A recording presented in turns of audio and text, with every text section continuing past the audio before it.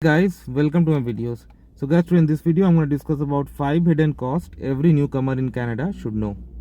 So first of all, buying a home in Canada is one of the biggest financial milestones for most of us because this is not something we do every day. Most people carefully calculate the down payment, mortgage and monthly installments, but what surprises many first time homeowners are the hidden costs that start appearing after they get the keys.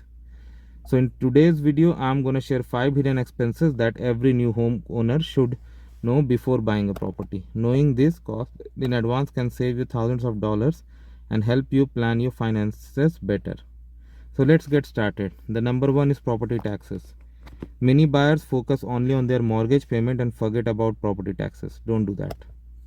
It varies depending upon where you live and other factors, and most importantly, it's not a constant amount. It changes every year and it always goes up. Okay, if you don't budget for these, this could become very significant financial burden on you down the line.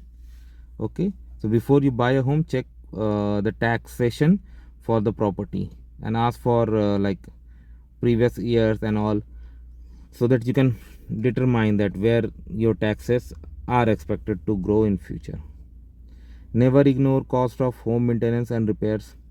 Unlike renting, homeowners are responsible for every repair.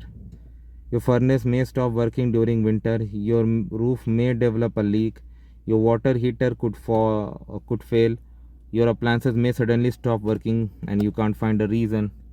So experts often recommend setting aside around 1 to 3% of your home's value every year for maintenance and unexpected repairs. Even small repairs can quickly add up, so having an emergency fund is essential. Number 3 is utility bills. Many first time buyers understand monthly utility cost. Depending on your home, you may have to pay for electricity, natural gas, water, internet, garbage collection and sometimes additional services.